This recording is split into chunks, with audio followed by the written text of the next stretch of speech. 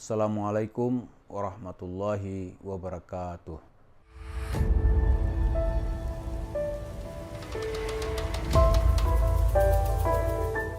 Para pemirsa, ini ada WA dari salah seorang korban dari bisnis kripto Wirda Mansur. Namanya Freddy dari Bandung. Dia mengucapkan selamat pagi. Apa kabar Wirda? Dia mengatakan udah kenyang kan mengambil duit orang di mana-mana dengan bisnis kripto. Terakhir dia bilang, tapi nggak langsung, saya bilang sudah kenyang ya diam-diam gitu. Nanti saya tambahin nih kayak ular kadut gitu. Ular kadut tuh kalau udah makan kambing, udah dia tidur aja udah gitu. Sambil cerita-cerita berbual-bual. Wirda Mansur ini kan cetak biru dari Yusuf Mansur. Kalau metamorfosis itu sudah sempurna. Gitu. Jadi kalau bapaknya itu bisa ngibul di mana-mana, anaknya ini juga nggak kalah lihai dengan bapaknya. Ketika masih kecil, kan dia bilang itu mimpi jumpa Abu Bakar. Abu Bakar nih jualannya, kalau bapaknya jualan Nabi, anaknya jualan sahabat gitu. Tujuannya sama. Bagaimana mendapatkan uang, udah itu aja. Kemudian kalau bapaknya bilang dia mendapat gelar doktor umur 14 tahun. 14 tahun. Orang di daerah mungkin ya baru tamat ya kelas 1 atau kelas 2 SMP gitu. Dia katanya udah dokter. Ditanya oleh wartawan, umur 14 tahun dokter, terus gimana S2-nya? Anda dapat dokter dulu, baru S2 dan S1. Ini kan kalau orang agak sedikit mau dengar gitu kan, sinting sekali nih. Nah anaknya juga begitu. Dia bilang dia kuliah di 5 universitas sekaligus. Dia di Oxford, tapi tinggal di Dubai. Tinggal di Dubai, kuliah di Oxford. Oxford itu kan jauh dari Dubai itu. Bisa 7 atau 8 jam naik pesawat. Tapi begitu didesak, di mana di Oxfordnya? Kali yang lain dia bilang dia sekolah di Harvard. Jadi ini nggak kalah ini dalam soal kalau kita bilang tukang ngibul gitu. Ini entah mana yang ahli sekarang ini kita sudah nggak tahu gitu. Tapi begitu kriptonya sudah mendapatkan banyak members atau pembelinya sudah banyak. Terakhir kita lihat kemarin kan dia menghilang begitu saja. Suatu tidak ada cerita sampai sekarang bagaimana pasaran kriptonya gitu. Yang jelas sekarang tuh orang-orang yang pernah terpedaya membeli itu menyumpahinya gitu. Menyumpah dan mengutuk kepadanya. Tapi namanya Wirda Mansur ini dia sudah seperti ratu gitu ya. Ratu yang tidak tersentuh hukum. Ya, kalau ratu ini kan ratu ngibul, kita nggak tahu juga ya. Pokoknya sudah seperti itu. Jadi kalau bapaknya Yusuf Mansur sudah menjadi king of lying gitu kan. Raja tipu gitu. Kalau anaknya mungkin ya ratu lah kira-kira ya. Tapi sekarang ini apa yang dilakukan gitu. Kalau perkiraan kita, dia ini mesti melihat dulu ini kalau tampil lagi respon bagaimana. Gitu. Karena dilihat serangan ke bapaknya bertubi-tubi, dia mungkin agak menahan diri. Tapi untuk mundur, untuk berhenti itu nggak ada cerita. Kalau menurut penglihatan kita tuh dia nggak ada tanda-tanda berhenti. Orang kalau berhenti itu misalnya ada merasa salah ya kan, bisa berhenti. Atau ada gugatan hukum yang membuat dia masuk penjara gitu. Sampai sekarang dia kan masih bebas berkeliaran. Walaupun secara fisik dia nggak sembarangan tempat bisa datang karena dia takut gitu. Jadi itu yang kita lihat. Jadi apa yang dilakukan oleh anaknya sekarang ini Wirda Mansur itu hanyalah pengembangan dari apa yang dilakukan oleh Yusuf Mansur. Yusuf Mansur kan dia berproses juga tuh jadi besar gagasan-gagasannya itu. Kalau lu mula-mula ya kan soal-soal soal-soal doa-doa, soal duha, soal tahajud, dari situ dia mendapatkan uang. Lalu naik nanti ke soal salawat, gitu.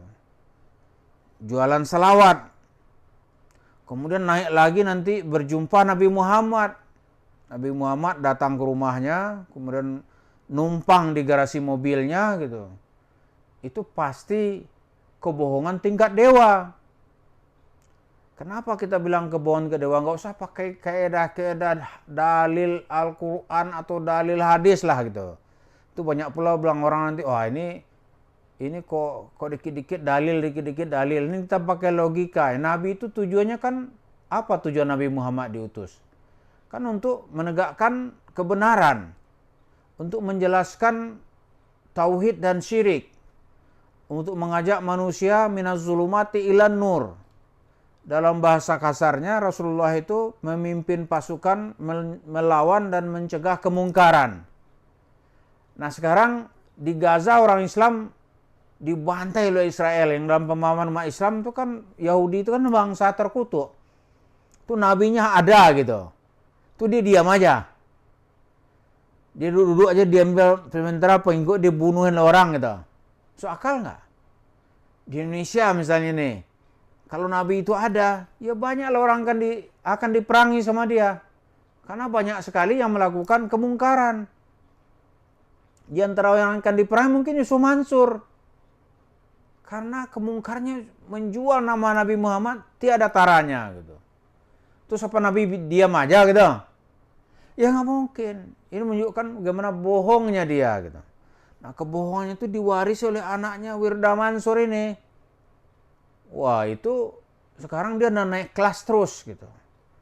Kalau mula-mula tadi itu kan dia berjumpa dengan Abu Bakar. Sambil seperti sedih yang diajarin Yusuf Mansur lah ya. Sudah itu naik lagi dia. Dia katanya bersedekah pagi hari 50 juta. Sore-sore sudah diganti oleh Allah. Dia bersedekah ke bapaknya 50 juta. Sore-sore nanti udah dapat mobil BMW yang harganya 1 miliar. Ini kan cerita-cerita yang orang sekarang tuh udah melihat ini bagaimana kebohongan yang diatur gitu. Nggak ada orang percaya sekarang ini. Kalau masih ada yang percaya, itu memang yang pertama tidak mempan dikasih tahu gitu. Nggak mempan, itu masih percaya. Tapi anak kecil seperti Freddy saja, dia sudah nggak mau dia. Tipu Ustaz gitu. Sama, bapak sama anaknya sama tukang tipu katanya. Kalau nggak percaya tanya tuh Freddy, dia di Bandung padahal itu. Tapi entah kenapa dia tuh nyangkut bisa membeli kriptonya Wirda gitu. Kita nggak tahu juga. Setelah dia rugi, wah ternyata gue kena tipu nih gitu. Banyak orang lain, kawan-kawannya itu lebih mungkin dari 1.000 orang tuh dia tipuin gitu. Mengalami nasib yang sama. Cuma kerugiannya bervariasi ya. Ada yang 10 juta, ada yang 15 juta. Banyak sekali gitu. Menurut ukuran Freddy saat itu, Wirda Mansur yang katanya sahamnya turun itu sudah untung lebih dari 6 miliar saat itu gitu. Dan 6 miliar nak kecil dapat itu kan banyak itu. Sudah itu ya dia santai-santai. Nah sekarang kemana dia gitu? Apa dia sekolah? Apa dia belajar kemana untuk mempelajari jurus-jurus baru gitu? Karena dari Yusuf Mansur itu nampaknya jurus-jurusnya sudah habis. Dia paling cerita-cerita proposal udah selesai gitu. Mau masuk ke politik kan dia lihat sendiri medannya begitu terjal gitu.